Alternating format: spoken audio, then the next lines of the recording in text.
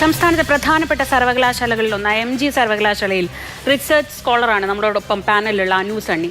അനു, ഒരുപാട് പ്രതിസന്ധികളെ അതിജീവിച്ച് ഒരു യൂണിവേഴ്സിറ്റിയിൽ റിസർച്ച് സ്കോളറായി എത്തുന്ന ഒരാളാണ്. അനുവിൻ്റെ അനുഭവം എന്താണ്? നമ്മളിപ്പോൾ ഈ സംസാരിച്ചതുപോലെ രാഷ്ട്രീയമുണ്ട്, അത്തരം ക്യാമ്പസുകളിൽ അനു പഠിച്ചിട്ടുണ്ട്. പക്ഷേ ഈ ജാതി അല്ലെങ്കിൽ ഇത്തരത്തിലുള്ള വേർതിരിവുകൾക്കൊക്കെ അപ്പുറത്ത് ഒരു ഈക്വലായി വിദ്യാർത്ഥികളെ കാണുന്ന ഒരു സാഹചര്യം നമ്മുടെ ചില അധ്യാപകർക്കെങ്കിലും അങ്ങനെ ഒരു കണ്ണടയുടെ കുറവുണ്ടെന്ന് തോന്നിയിട്ടില്ലേ?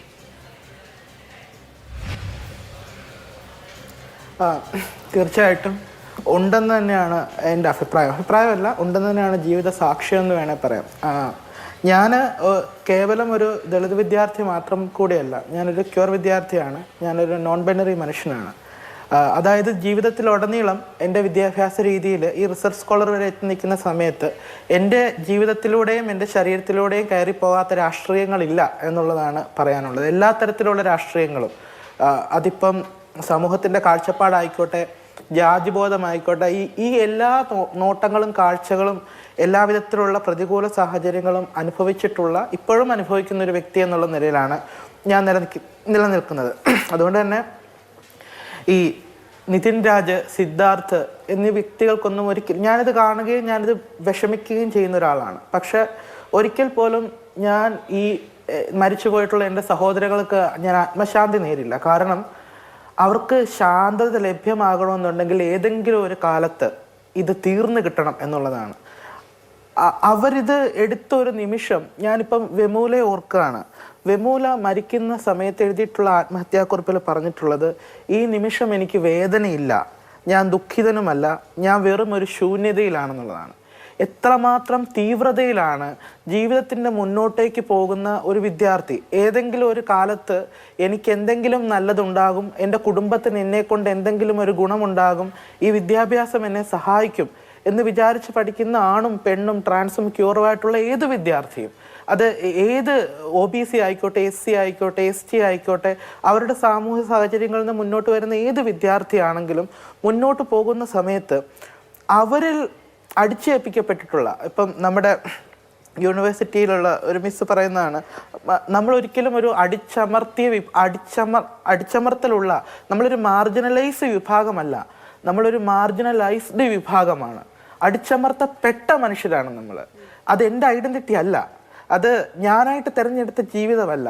ആ ജീവിതത്തിൻ്റെ കാഴ്ചപ്പാടിലൂടെ നമ്മളെ കാണുകയും ഒരു സ്ത്രീ ആയതിൻ്റെ പേരിൽ, ഒരു ദളിത് ആയതിൻ്റെ പേരിൽ, ഒരു ഷെഡ്യൂൾ ട്രൈബ് ആയതിൻ്റെ പേരിൽ, ഷെഡ്യൂൾ കാസ്റ്റ് ആയതിൻ്റെ പേരിൽ, ഒരു ട്രാൻസ് ആയതിൻ്റെ പേരിൽ നിരവധി സമയങ്ങളിൽ വിദ്യാഭ്യാസം നിഷേധിക്കുകയും വിദ്യാഭ്യാസ ഇടത്തിലുണ്ടാകുന്ന പ്രശ്നങ്ങൾ, ഈ വിദ്യാഭ്യാസം കേവലപരമായിട്ടുള്ള പുസ്തകങ്ങൾ പഠിച്ച് നമ്മൾ പരീക്ഷ എഴുതി പാസ്സാകുന്നത് മാത്രമല്ല, അതിനൊരു സാമൂഹിക അന്തരീക്ഷം കൂടെ വേണം. അത് ഹോസ്റ്റലുകളിലും അത് സ്കൂളുകളിലും എല്ലായിടത്തും ഉണ്ടാകണം. അവിടെ നിരന്തരമായിട്ട് നമ്മളോട് ഇൻട്രാക്ട് ചെയ്യുന്ന മനുഷ്യരുണ്ട്. അപ്പോൾ ഈ അധ്യാപകരും നമ്മുടെ സഹപാഠികളും എല്ലാം മറ്റൊരു കണ്ണിലൂടെ നമ്മളെ കാണുമ്പം, നേരത്തെ PS സഞ്ജയ് പറഞ്ഞിട്ടുള്ള ഒരു കാര്യമുണ്ട്, ഒരു ബോധത്തെക്കുറിച്ച്. ആ ബോധം എടുത്തു പറയേണ്ടതെന്ന് എന്തിനാണ് നമ്മൾ പേടിക്കുന്നത്? ആ ബോധത്തിൻ്റെ പേര് ജാതി ബോധം എന്നാണ്. ആ ജാതി ബോധം കാരണം നമുക്ക് നഷ്ടപ്പെട്ടിട്ടുള്ളത് 2014 മുതൽ 2021 വരെ നമ്മുടെ ദേശീയ സർവകലാശാലകളിൽ നിന്നുള്ള 122 വിദ്യാർത്ഥികളെയാണ്. ആ വിദ്യാർത്ഥികളിൽ 71 പേര്, അതായത് 71 പേര് ഈ 122-നകത്തുള്ളത് ഷെഡ്യൂൾ കാസ്റ്റ് വിഭാഗത്തിൽപ്പെടുന്ന ആളുകളാണ്. 58% ആളുകൾ OBC വിഭാഗത്തിൽപ്പെടുന്ന ആളുകളാണ്. ഇതെല്ലാം തന്നെ ജാതീയമായിട്ടുള്ള രീതിയിൽ നടക്കുന്ന കൊലകളാണ്. അത് ആത്മഹത്യകളല്ല, അത് കൊലപാതകങ്ങളാണ്. ഇവിടെ ആരും ആത്മഹത്യ ചെയ്തിട്ടില്ല.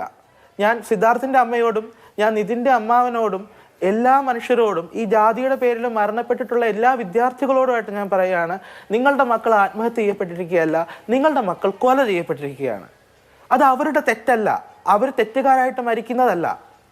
ഈ സമൂഹത്തിൽ നിലനിൽക്കുന്ന, കാണാൻ പറ്റാത്ത, തൊടാൻ പറ്റാത്ത, സത്യമാണോ എന്നറിയാൻ പറ്റാത്ത ഒരു ബോധം, ആ ബോധം മറ്റുള്ളവർ നിങ്ങളുടെ മക്കളിലോ അല്ലെങ്കിൽ എന്നിലോ കാണുമ്പോൾ, ഞാൻ അനുഭവസ്ഥ ആയിട്ടുള്ളൊരു വ്യക്തിയാണ്. ഞാൻ ആദ്യം പഠിച്ചത് +2 നവോദയയിൽ പഠിച്ചുകൊണ്ടിരിക്കുന്ന സമയത്ത് ഞാൻ ഉണ്ടായിരുന്നു. ഞാൻ ഒരിക്കലും അതിനെ കുറ്റം പറയുകയല്ല, ഞാനൊരു നവോദയൻ സ്റ്റുഡൻ്റാണ്. സെൻട്രൽ ഗവൺമെൻറ് നവോദയ വിദ്യാലയത്തിലാണ് ഞാൻ പഠിച്ചിരുന്നുള്ളത്.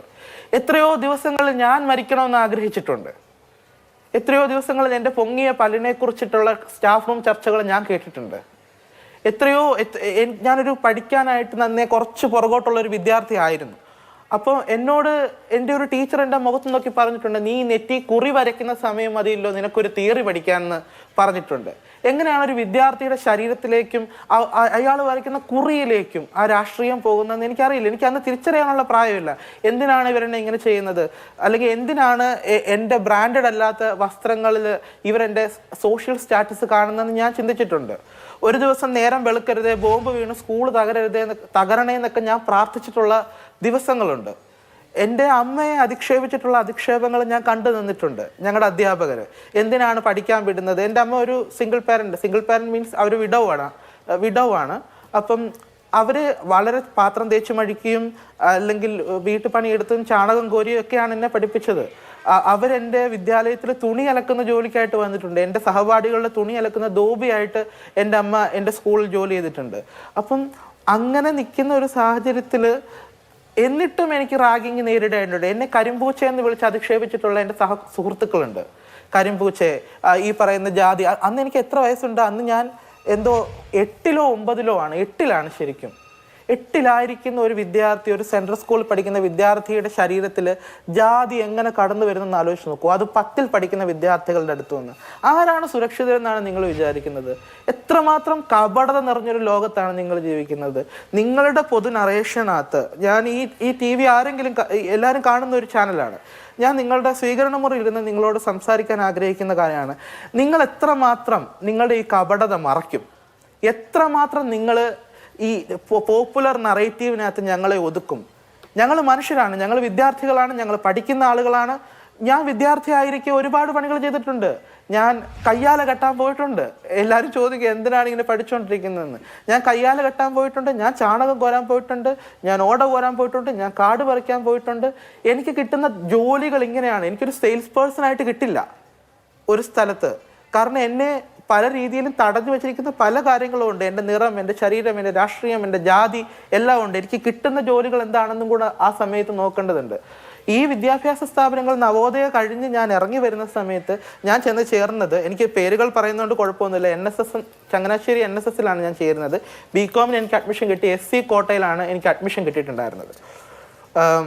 എനിക്ക് നവോദയയിൽ കുറച്ച് സേഫ് സോണിൽ പഠിച്ചിട്ടുള്ളതുകൊണ്ട് ഞാൻ ഈ നായർ സർവീസ് സൊസൈറ്റി പോലത്തുള്ള കോളേജുകളിൽ വരുമ്പം എനിക്കിത് ഭയങ്കര ഷോക്കിങ്ങാണ്. കുറേ 7 വർഷം ട്രെൻഡുകളെക്കുറിച്ച് അറിയാതെയാണ് ഞാൻ ഭൂമിയിലോട്ട് വരുന്നത്, വെളിലോകത്തേക്ക് വരുന്നത്.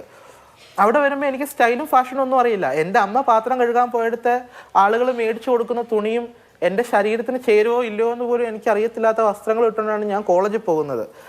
അവിടെ വെച്ച് ഒരു സാറ് നിരന്തരം വളരെ ലിമിറ്റഡ് ആയിട്ടുള്ള ഒരു ക്ലാസ്സിൽ 10-61 കുട്ടികളുണ്ടെങ്കിൽ അതിനകത്ത് ഒരു 5-6 പേരേ ഉള്ളൂ SC റിസർവേഷനിൽ വരുന്ന ആൾക്കാർ. അല്ലാതെ നിങ്ങൾ പറയുന്നത് പോലെ SC റിസർവേഷനിൽ വരുന്ന കുട്ടികൾ ലോകം മുഴുവൻ കീഴടക്കാൻ പറ്റുന്ന രീതിയിൽ അങ്ങ് സംഘം ചേരുകയും അവര് നിങ്ങളുടെ അവസരങ്ങളെല്ലാം തട്ടിയെടുക്കുന്നുള്ള ശുദ്ധ നുണകൾ നിങ്ങൾ ഇനി സംസാരിക്കാതിരിക്കുക. എന്റെ ക്ലാസ് അനു, എന്നോട് ദയവായി ക്ഷമിക്കണം ഒന്ന് ഇടപെടുന്നതിൽ. കാരണം ശ്രീമതി ഷീബയ്ക്ക് ഈ ചർച്ചയിൽ നിന്ന് പോകേണ്ടതുണ്ട്. എനിക്ക് ഷീബയോട് ഒരൊറ്റ കാര്യം കൂടി ചോദിച്ച് ഷീബയെ അങ്ങ് വിടണം എന്നുള്ളത് കൊണ്ടാണ്. അനു, എന്നോട് ഞാൻ ആത്മാർത്ഥമായി ക്ഷമ ചോദിക്കുകയാണ്. ഈ അനുഭവം പറയുന്നതിന്റെ ഇടയിൽ ഇടപെടരുത് ആണ് ശ്രീമതി ഷീബ.